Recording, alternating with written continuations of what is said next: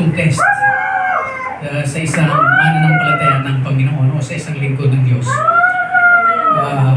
Sa New International Version, ang sabi po rito, the tempter came to him and said, "If you are the Son of God, tell the stones to become bread." Jesus answered, "It is written, man does not live by bread alone, but on every word that comes out from the mouth of God." The devil took him to the holy city and had him stand on the highest point of the temple. "If you are the Son of God," he said, "throw yourself down, for it is written, He will command His angels concerning you, and they will lift you up in their hands, so that you will not strike your foot against the stone." Jesus answered him, "It is also written, do not put the Lord your God to the test." Again, the devil took him to a very high mountain and showed him all the kingdoms of the world and their splendor. "All this will I give you," he said, "if you bow down to me and worship me." Jesus answered, "Away from me, Satan, for it is written, worship the Lord your God and serve Him only." Alam mo ninyo, sa Biblia, pamilyar sa atin ang Matthew 4:4. Amen. Mateo, kabanatang 4, talatang 4. Pero kung nais po natin maunawaan talaga ito, itong verses 3 hanggang 10 na ito yung buong mensahe dyan. Ito po yung temptation sa ating Panginoon sa Kristo. Nangyari po ang temptation na ito after His baptism. Pagkatapos na siya ibautismo ni Juan Bautista, ay dinala siya ng Diablo dito sa lugar na ito at dito siya tinukso ng makatlong beses. At ito pong tatlong klaseng tukso nito ay tukso sa ministeryo. Yung pong pagkakabautismo sa Panginoon sa Kristo, yun po yung signal ng pagsisimula ng kanyang earthly ministry. Kaya bago po siya nagsimula sa kanyang panlupang ministeryo, ay dumaan siya sa tatlong tuksong ito. At gusto ko pong talakayin dito sapagkat dinadanas po ito ng lahat ng pastor at manggagawa ng Diyos. Number 1, sabi diyan, the test of maturity. Verse 3 and 4, ang sabi diyan, the tempter came to him and said, "If you are the Son of God, tell the stones to become bread." Jesus answered, "It is written, man does not live on bread alone, but on every word that comes out from the mouth of God." Test of maturity and leadership. Bakit? Kapagkat makikita po natin dito na ang Diablo ay sinusubukang i-test ang Panginoong Kristo na gawin niyang shortcut. Amen? Usually, pag gutom ka, ano gagawin mo? Uwi ka, magsaing ka, at magluto ng ulam, may luluto ka. Sarap kumain. Pero dito, ang sabi ng Diablo, ayan, bato, gawin mo tinapay, kumain ka na. Hindi parang shortcut, ano? Gusto niyang mag-shortcut. Alam mo ba ninyo na sa ministry, maraming ganito. Maraming gustong mag-shortcut. Maraming gustong kaagad ay nandoon na siya sa pinnacle of leadership. Pero alam po ninyo, itong ganitong pamamaraan ay hindi nagtatagumpay. Bakit? Kung nais natin maglingkod sa Diyos at magtagumpay, maging willing tayong daanan yung normal na pamamaraan ng Diyos sa paghubog sa atin sa paglago sa pananampalataya o maturity. Ang Diyos ay may laging perfect timing. Nakulit niyo, marami akong nababalita ang shortcut na yan. Hindi? Ang Bible study, merong 5 miyembro, naghanap ng mag-ordain, nagpa-ordain ng bishop. Kasi meron na po ngayon mga ordaining councils, mga council of bishops, na nag-ordain. Basta may 5,000 ka. 5,000 lang. Bukas bishop ka na. Ang tawag po namin doon ay Hugis pong 5-5.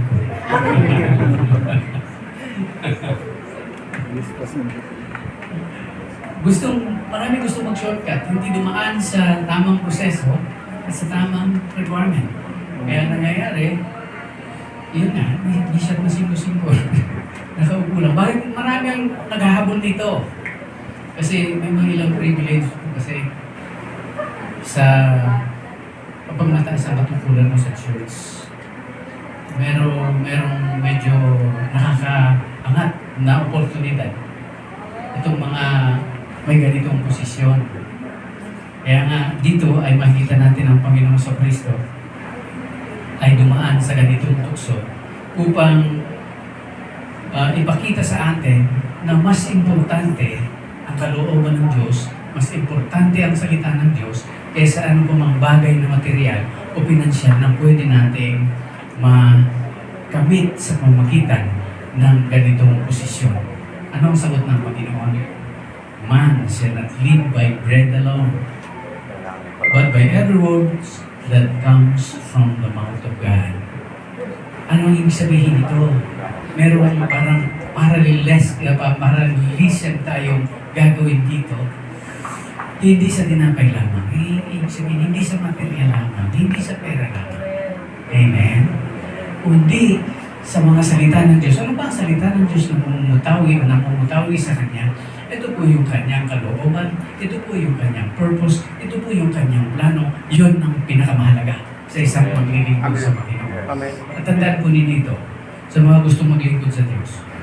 Marami ang natatakot na maglingkod sa Diyos kasi nakakabis na natin na ang mga nagpapasko ay nakakaranas ng hirap. Noon yun, nung panahon namin Sister Luda. Pero hindi na po ngayon. At ang gusto ko sabihin ay ganito, kung ikaw ay totoong tinawag ng Diyos, at kung ikaw ay talagang inilagay ng Panginoon sa pastoral ministry, ang Diyos ang magpuprovide para sa iyo. Amen. Amen. Minsan, bilang tao, nahihirapan kasi tayong humakbang kapag wala tayong nakikita. Wala tayong nakikita ng bigas, wala tayong nakikita ng mga bagay na material. Pero alam po ninyo, simple lang ang sagot ng Panginoon. Sabi po ni Pablo sa Romans chapter 8, verse 28. All things work together for good to them that love God, to them who are the called according to His purpose. Amen. Kung tiyak ka na tinawag ka ng Diyos, walang problema kung walang pera.